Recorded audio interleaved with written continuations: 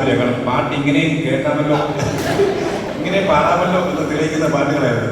അത് ഞാൻ എല്ലായിടത്തും പാടുപാടി. ഞാൻ സ്ഥിരമായിട്ട് പാടുന്ന പാട്ടൊന്ന് അരികിൽ നീ ഉണ്ടായിരുന്നെങ്കിൽ, പിന്നെ ഒരിക്കലെങ്കിലും കണ്ട മുഖങ്ങൾ മറക്കാൻ എഴുതുന്നതാണ്. ഇങ്ങനെ സെലക്ട് പാട്ടുകളാണ് പാടിക്കൊണ്ടിരുന്നത്. എന്നാലും ചന്ദ്രൻ അത് പാടും, പഴയ പാട്ടുകളൊക്കെ പാടുവാണ്. അതൊരു ആളുകൾക്ക് കേൾക്കാൻ എനിക്ക് ഇഷ്ടമായിരുന്നു. അത് പാട്ടിൻ്റെ ഗുണമൊന്നുമല്ല, മറ്റേ പാട്ട് കേൾക്കാനുള്ള ഇഷ്ടമായിരുന്നു. അതുകൊണ്ട് എൻ്റെ ക്ഷണം സ്വീകരിച്ചുകൊണ്ട് ഒരു 4 ലൈൻ പാടാം. ഞാനിപ്പോൾ സ്ഥിരമായിട്ട് പാടാൻ നോക്കുന്ന പാട്ടാണ്. ഇനി എല്ലാവരുടെ പറ്റി ഞാൻ പാടാം കേട്ടോ. ഇന്ന് പാടണം. അരികിൽ നീയുണ്ടായിരുന്നെങ്കിൽ, അരികിൽ നീയുണ്ടായിരുന്നെങ്കിൽ എന്നു ഞാൻ ഒരു മാത്രമേ നനച്ചുപോയി, ഒരു മാത്ര വെറുതെ നനച്ചുപോയി. രാത്രി മഴ പെയ്തു തോർന്ന നേരം, രാത്രി മഴ പെയ്തു തോർന്ന നേരം, കുളിർ കാറ്റില ചാർത്തുലഞ്ഞ നേരം,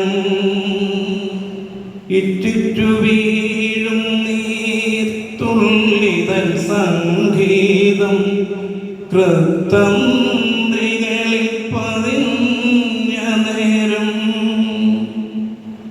കാതരയായൊരു പക്ഷിയൻ ജാലകവാതിലിൽ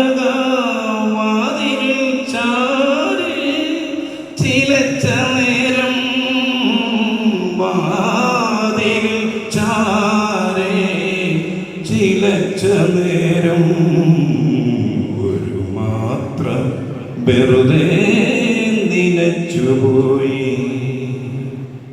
അരികിൽ നീയുണ്ടായിരുന്നെങ്കിലെന്നു ഞാൻ ഒരു മാത്ര വെറുതെ നനച്ചുപോയി, ഒരു മാത്ര വെറുതെ നനച്ചുപോയി.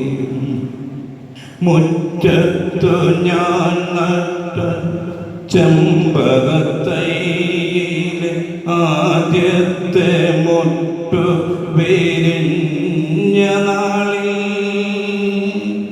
സ്നിഗ്ധമാരുടെയോ മുടിച്ചാർത്തിലൻ മുഖസങ്കൽപ്പം കലർന്നേൽക്കെ, ഏതോ പുരാതന പ്രേമ കഥയിലെ ഗീതിക എന്നിൽ ചിറകടിക്കേ, ഗീതികൾ എന്നിൽ ചിറകടിക്കേ, ഒരു മാത്രം വെറുതെ നനച്ചുപോയി.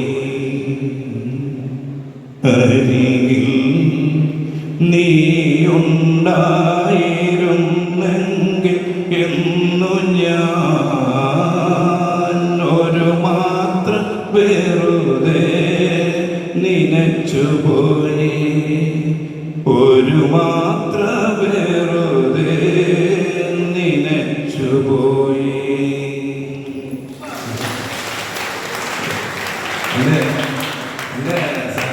എൻ്റെ ഭാര്യ പറഞ്ഞത് ദൈവത്തെ ഓർത്ത് നിങ്ങൾ പാട്ട് പാടാൻ പോകരുത്, നിങ്ങൾ എപ്പോൾ പാടിയാലും അവസാനം സഭാഗീതങ്ങൾ പോലെ ആയി പോകുന്നത്. അതുപോലെ ഇന്ന് ഇവിടെ നന്ദി പറയുന്നത് നമുക്ക് ഈ കാർഡ് അനുവദിച്ചു തന്ന ഈ ഓർത്തഡോക്സ് പള്ളിയുടെ കമ്മിറ്റി